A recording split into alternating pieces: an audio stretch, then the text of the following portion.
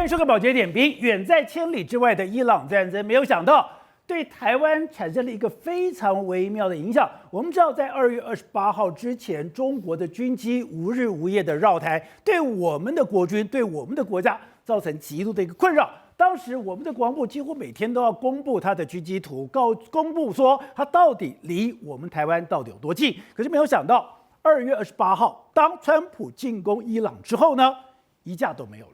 在这5天的期间里面，只有一个空飘气球来到了台湾附近。那到底代表什么？为什么中国在这段时间里面突然安静了？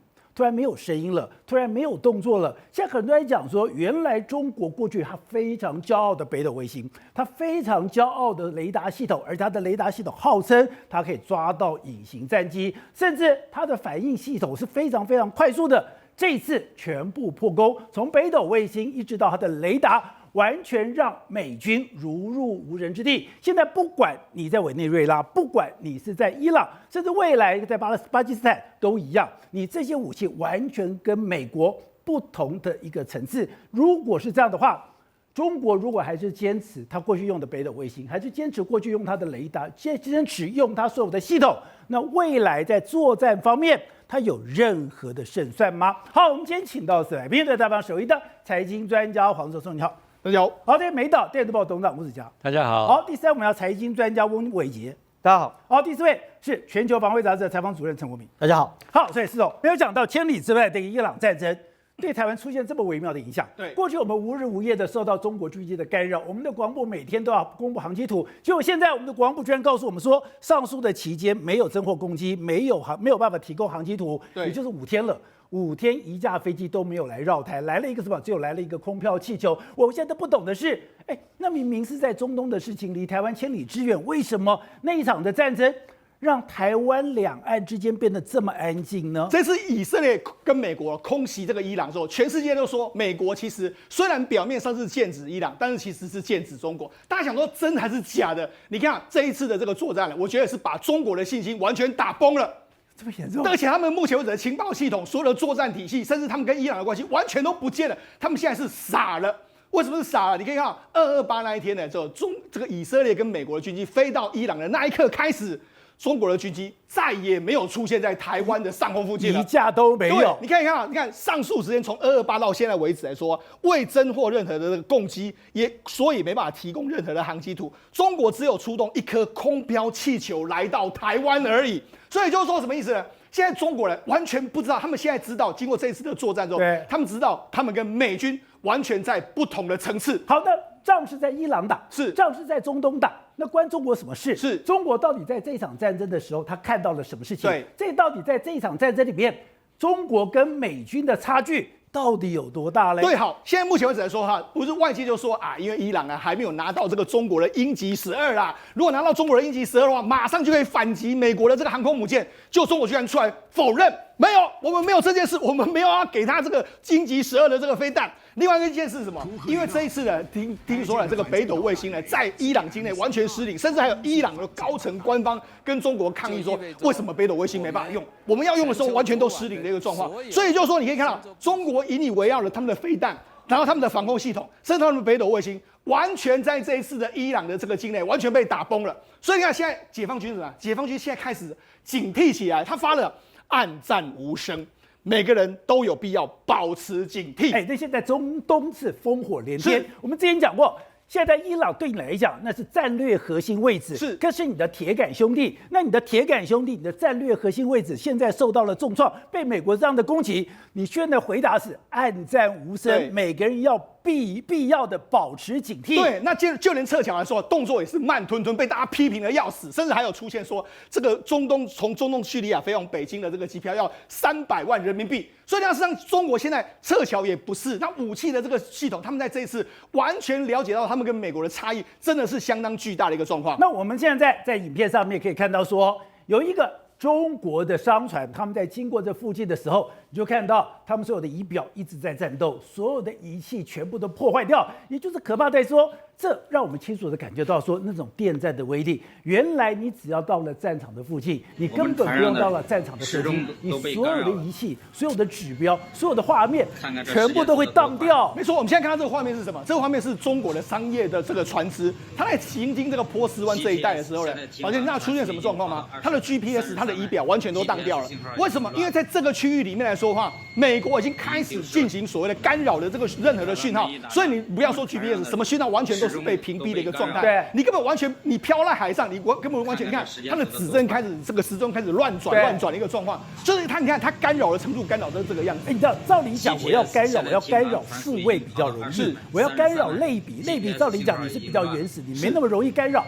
它连类比系统都被干扰了。对啊，那这个时间点有可能出现在什么时间点？有可能在出现在美国对伊朗的第一波的攻击的时间。为什么吗？你知道第一波的攻击时间的时候呢，当时呢，美国就下令说，我们的网络司令部还有空间司令部来说，完全要把伊朗的耳朵、眼睛、鼻子完全把它打瞎。所以当时进行了大量的讯号干扰、电波干扰，以及包括说网络的攻击。接下来的话就出动，还有这个所谓 ES-8G 进去踹开门之后呢，马上就开始100架的飞机从各地飞到这个伊朗的上空，开始狂轰滥炸。紧接下来的话，就是美国的海上的这个战斧飞弹发射之后，再把你打掉伊朗的这个海军，还有南翼的这个基地。紧接下来 B2 轰炸机帮你炸这个碉堡，或者炸这种比较深的这个堡垒的这个状况。所以呢，美军是一步一步的这样作战，作战之后，你看24小时打击了1000个目标，57个小时就局部的这个制空权被他们打掉，然后伊朗的体系几乎完全被打崩了。这就是你看美国的作战是一个体系的这个作战。这也就是让中国看得完全傻眼啊！他们就说：“哦，这种体系之间的全面的配合的作战，其实才是更难的一个地方。”所以，我们这里看到了美国在发展它的空间司令部，发展它的网络司令部，大家感觉不到说你的网络司令部跟你的空间司令部有多大的威力。原来，现在从委内瑞拉到这次的伊朗，第一集开始攻击，按下第一个按钮的都是网络跟空间司令部。之前曾经谈到说，当你所有的这个武器在这个空间是整个区域里面。马上宕机，所有的讯号都不能使用。原来美国那个时候已经出手了。对，所以我们就说为什么会有商船完全的 GPS 被干扰，就是这样一个状况。那美国到底多厉害啦？你看这个川普就说什么，我们要捉捕这个委内瑞拉总统的时候，他说他们其实有按按钮。按按钮要干什么？他们要反击，他们要飞弹。结果没想到，他们按了按钮，什么都没有发生。他说中国跟俄罗斯的武器完全失灵。所以我不是把你打瞎，是你就算到我的视距范围内，对，在我的视距范围内，我就想按钮都不会有用。对，我就一直按钮，可能那个核按钮拿出来按都没办法按，飞弹按钮完全都没办法按。你就知道说这个美国的电战能力到底是有多强。那只有我们以前在讲外星文明的时候出现过这种状况，所以我才说这是不同层次的作战。这个也就是说，因为这样的状况呢，让中国完全傻眼嘛。所以为什么现在中国是什么暗战无声？就是这样，因为他们根本不知道该怎么反应。好，那我跟他讲，那美国到底有什么样的神秘的东西？这次有越来越多的资料曝光出来。我们知道他们有一个这个挂在F-16战机上面的叫做这个愤怒小猫。这愤怒小猫来说，你看这就是其实我们台湾有买的这个，我们也有电战夹，但我们不是这么新的世代，它这个是 LQ167的电战夹舱，它是发这个挂在 F-16C 上面的这个状况。它要做什么？它主要是可以自动筛选，它里面有 AI 的，它可以自动筛选跟参透敌方的这个参数，然后制造所谓电子遮蔽。所以你可能我来的时候呢，我可以让你你的电脑里面出现不一样的杂讯，你就完全是看不到我是哪里，甚至你已经完全不知道我是谁的一个状况。所以我可以透过空间司令部，我可以透过太空司令部，我也可以透过 F-16的电战夹舱，等于说我是上穷碧落下黄泉，我所有的武器都有这种干扰的能力。对，没错。还有什么？你看他们还有说次世代的这个指挥系统的 NGC2 的时候，他们曾经怎么形容呢？他们在一场这个电子作战的这个高压测试中，因为抗干扰的功能太强了，他们要抗干扰，抗别人来干扰我，功能太强的时候，我把它关闭。关闭的时候，我们才能够真正的演练所谓断讯的这个作战。你就知道他们到底是多强悍。所以我干扰别人很厉害，对，我防止别人干扰也是很强。所以你看，中国也说我可以干扰你啊。譬如说中国他说我有没有这个？其实这一次的伊朗呢，他有跟中国买2款那种所谓抗这个无人机的哦，它可以干扰无人机哦，就无人机还是这样来啊。对，所以就到时候实际上美军的抗干扰能力也是比你想象中要更强。难怪说它一架3.5万美金的 Lucas， 它可以长驱直入数百架的 Lucas 进到了这个伊朗上空。他一架都没有办法打下来。对，也就是说，你看他们有这么强的这个干扰能力跟这所谓情报能力，你看他们马上就再加上 AI 的这个功能来说，就马上就可以快速的打击你啦。尤其是这一次的美国还有出动2个这个比较新的武器，一个是 PRSM 是什么意思呢？它是要取代过去的 ATACMS 的这个飞弹，它目前为止也是担任这个开路先锋。也就是说，我知道我标定了你的这个位置之后，因为这次美国不是有大量的无人机跟大量的飞机，还有大量的数据，完全收集到所谓的自主的 AI 知道说，我这个位置在什么地方之后，我就下令所谓 PRSM 的飞弹开始攻击。所以他们就说，他们形容是什么呢？宝剑，他们形容什么？他们形容呢，我看到你的时候，我就可以发射了，就是看到你就摧毁你。这个太强了嘛，所以也就是现在的情报显露出来说，他们已经把伊朗所有的飞弹发射车全部都已经是建设够了，建载了以后呢，他们其实可以分辨你的飞弹发射车，也就是你是不是普通车辆还是飞弹发射车。如果你是飞弹发射车，他们 AI 在第一时间里面就可以决定直接攻击了。对，也就是说，你看他们的攻击能力来说是相当的强的一个状况。除了这些武器之外，事实上这一次美国所展现的武器都比大家想象中都还要更加强大。难怪中国吓死了。除了这个之外，还有什么？还有他们这次出动这个 B1B 的这个枪骑兵的这个轰炸机，这轰炸要轰什么呢？因为我们知道，事实上在去年的这个所谓午夜重锤的时候，是用更大的这个钻地弹，对不对？但是这一次呢，我没有那么大的这个钻地弹，我用的是什么呢？我用的是只要钻他们在山洞里面这些，包括说像这些所谓的移动式的这个飞弹，你看它出动用这个900公斤的这个掩体炸弹炸这些东西，对，好炸这些东西，你可以看到这掩体炸弹就这样炸进去，炸进去来说的话，它约莫你看就是从空中这样下去，它就可以炸，它可以穿透大概4到6英尺左右。而且我觉得从这一张照片，你更可以感觉到说美国现在武器的厉害。这个是4个碉堡，是4个掩体，里面都有他们等于说藏在他们需要的武器。你有没有看到，在整个碉堡的正中央，而且都是等距，非常精准的，而且这个等距这个位置刚好就是整个掩体、整个碉堡最脆弱的地方。他居然可以打得这么准，这个是美国真的，你看得到你真的会吓呆。为什么？事实上，你看美国市长，因为他知道这碉堡里面有飞机，有非常重要的战略的武器，所以美国怎么做呢？他这次出动 GBU-39的小直径的这个钻地弹，重量是110公斤，然后攻击非常准确，5到8公尺的误差，然后它能够穿透大概1.8公尺左右的强化混凝土，所以呢，他就打什么？我知道你这边有4个碉堡。4个碉堡来说的话，最脆弱在这个位置，然后我就精准的进去之后呢，你看都是中央的位置，对，他就这样打下去之后呢，你看我就只有把碉堡里面的飞机炸飞，然后留下一个小洞，就这样子，对，然后你的所有东西都完全炸掉，我用最小的、最轻微的武力把你炸毁，你这个碉堡都还 OK， 而且每个碉堡的位置都一样，我就把你炸了这样，你就知道美国的这种所谓完整的这个轰炸能力跟整体实力，跟中国完全不是在同一个层次，所以难怪中国吓死了。对，所以也因此这样来说，经过这一次的这个作战之后，让外界完全看得清楚，事实上中国跟美国的武器跟兵力完全不在同一个水准之上。好，所以国民，你说这次的战争让人家感觉到那不但是不同世代，那根本就是不同世界的一个战争。而且我们一开始讲的，你是空间司令部跟网络司令部同时开始进行，你说进行的时候，他干嘛？我就等于说，我们以前讲马路净空，这个地方不可以有任何车子，它是区域净空。它当然要做区域净空的时候，这个地方里面所有的通讯、所有的讯号、所有的指挥，全部都会中断。对，其实这个讲起来很悬啊。其实我们都知道，在我们讲话的空间，其实周边的充满电磁波。那美国的科技有多黑，你知道吗？他说，我要用这个空间的时候，我不只是遮断你的电磁波通讯哦，而且我要让这个空间让我的电磁波可以用。这个就悬了，那这个就牵涉到所谓电战跟所谓的网络战作为了。那其实这个讲起来很悬哦，但其实美国现代科技做得到哈。所以你看哦，不管是我们发展的自动电军，还是美国的网络司令部，其实他们早就做到这一点了。那其实这一点的实战证明，搞不好在上个月委内瑞拉抓住马杜罗的时候就已经实现了。因为川普曾经讲说，马杜罗的时候，你看，如果你是视距外。你是远端的，我抓不到你我就算了。我本来的雷达我是变成雪花，我抓也没有办法。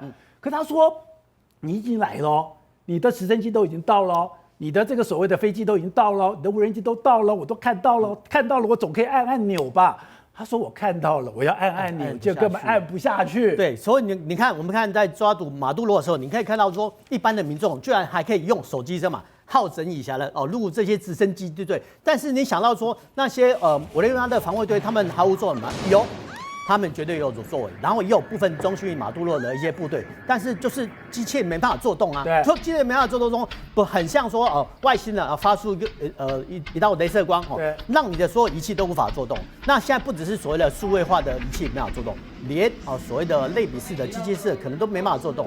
那有些人会说这个是不是电站作为奏效？当然是因为现代很多的武器雷达系统都必须要靠电池那如果说有发明这种所谓的不管是电站夹舱，或者说电站作为干扰你的电磁波通讯的话，其实就可以阻断对方使用武器的可能性。而且你特别提到说，这一次中国的军机就突然不见了，你跑这么久的军事新闻，你觉得？这也是不可思议的现象。那为什么中国会有这个动作？他可能吓坏了，因为他以前非常骄傲的北斗卫星，他为什么要发展北斗卫星？是因为他们有一艘的商船，当时因为他们不听话，所以呢，我就把你的 GPS 关掉。关掉之后呢，这个船就在上面，在海上等于说算是流浪，所以我就发展北斗。发展北斗，他就说，因为我非常的准确，我的准确度甚至比你的 GPS 还要来的准确，所以你只要用我的北斗卫星，你根本不用担心被 GPS 关掉，你也不用担心被 GPS 干扰。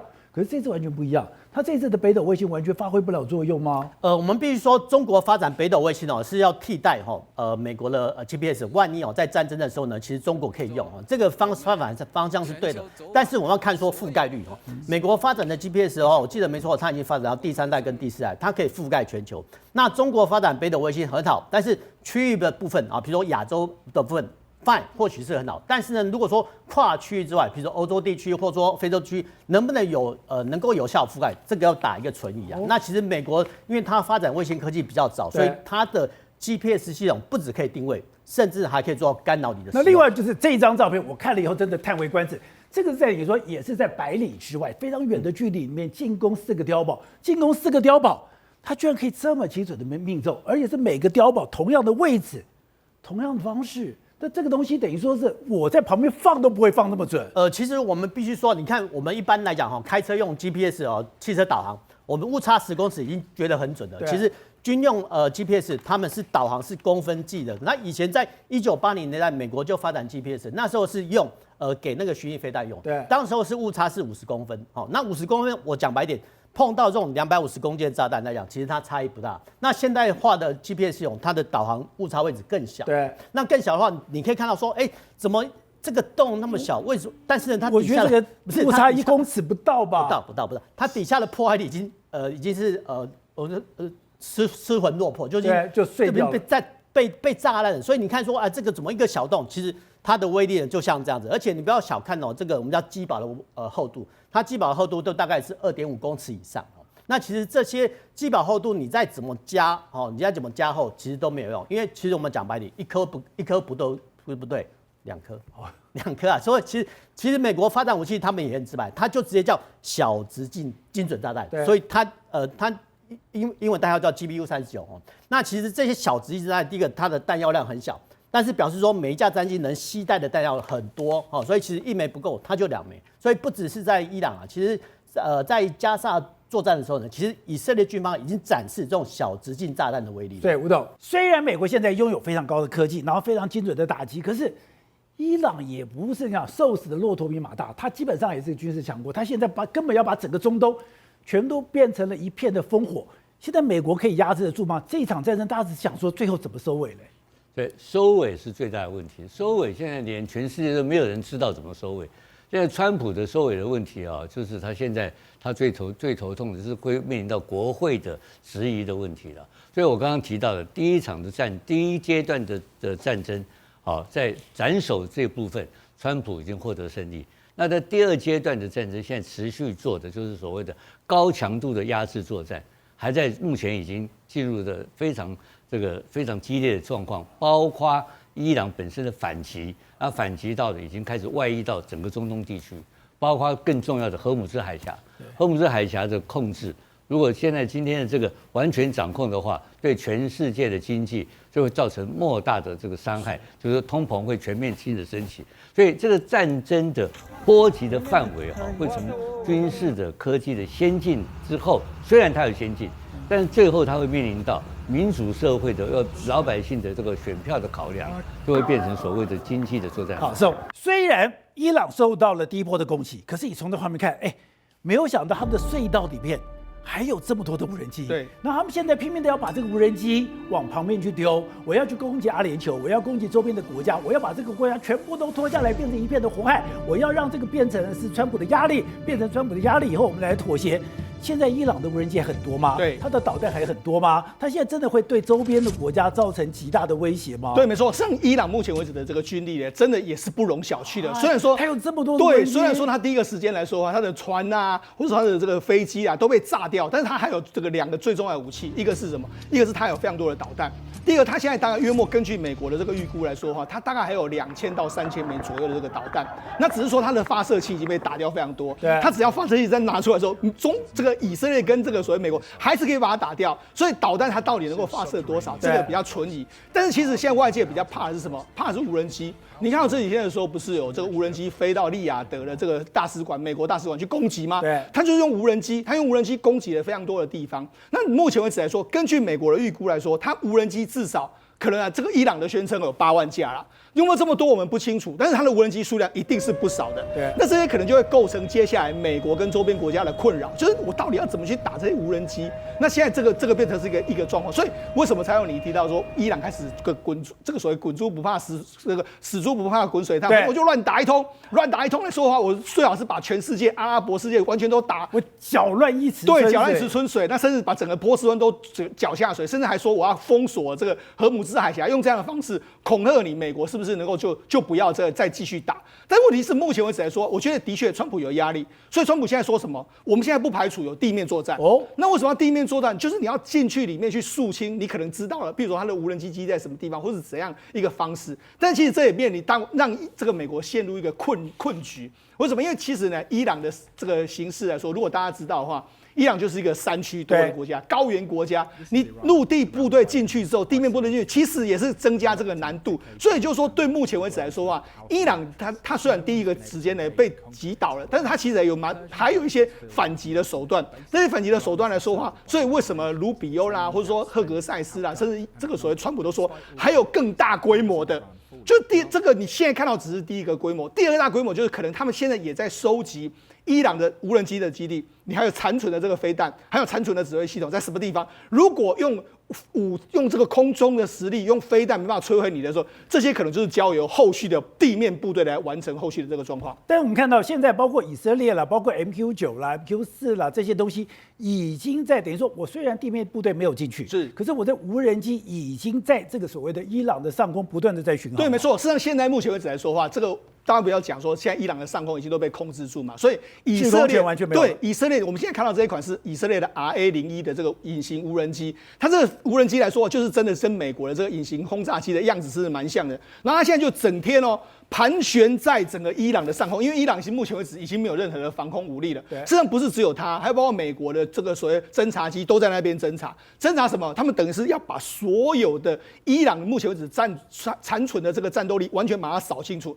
我就跟他讲，这个其实呢，以目前为止的这个侦测技术跟侦测能力来说的话，真的伊朗只要敢出来，它可能真的就会被打掉。以它的侦测还有 AI 的判断能力，再加上美国的精准打击，我觉得事实上是真的。这个伊朗可能是目前为止是在拖时间但是你说能够拖多久？当然他是希望能够越拖越久越好啦。但是川普的立场是不会让他拖那么久的状况。吴董，我们在这扫黑有一个就是，你不要随便把那个老大给打掉。把老大打掉了以后，那这个黑社会是没有老大的，没有老大，小弟就作乱了。现在伊朗有点这样的味道吗？他现在到处乱射，怎么收尾呢？首先我要先说明一下，那个不是到处乱射了哈，就是他在伊朗的这个他的这个革命卫队的司令部，在一开始就知道，一旦美国开始攻击的时候，他的整个指挥系统一定会被毁灭，他非常清楚，所以他筹备的另外一套的第二套的作战方案，那个作战议案就是我昨天讲的去中心化的作战方案。对，在这时候他讲的话，我们就要开始在客观的分析跟评估，说这个第二套的去中心化的攻击方案呢，能不能够维持一定的高强度，还是它会衰退？还是它会混乱？对，这是美国这两天在观察的，因为它一旦开始，刚刚世聪讲的对，它一个飞弹一射出来的时候，马上被锁定，立刻这个攻击点就会被打掉嘛。所以美国到昨天到现在为止，它总共到今天已经总共有1000多个攻击的次的飞行的这个次数嘛，所以非常高，这是高强度的压制了。好，那这个时候来讲的话，你讲的对的，就来了，问题来了，现在谁当老大？这很简单，他原来有总统，对不对？他原来有革命卫队嘛，他原来有国民兵嘛。那我现在按照美国的情报系统的分析的话，有一个最大的可能性，他们最期待的，就川普最期待就是革命卫队跟他投降，他希望他豁免，就是原来这些宗教的护卫队。这些血滴子真正的这些掌权，因为他们手上有兵力，他们等于是以过去我们的警种，他是对内控制用的。那这些人开始夺权，那军人啊夺权才可怕，所以他这个战争一延长，会变成什么样？谁掌权？军人掌权嘛，文人就退掉了嘛，所以文人现在已经没有力量了，现在完全是军人在夺权。那革命卫队夺权胜出的机会最大。因为他们一直在对内部做镇压工作，所以他的情报、他的手段、他的武器等等，网络都非常健全。所以我的判断，川普或是以色列的情报部队现在渗透在希望合作的对象，希望是跟革命卫队里面的首脑人物来合作，然后来一起来，因为这个政权它不可能，因为它空优有了，可地面上完全没有人力掌握。所以刚刚世聪讲到，川普说不排除派地面部队，我认为这个可能性完全不可能。57台每晚9点，宝洁点兵点出全球战略新布局。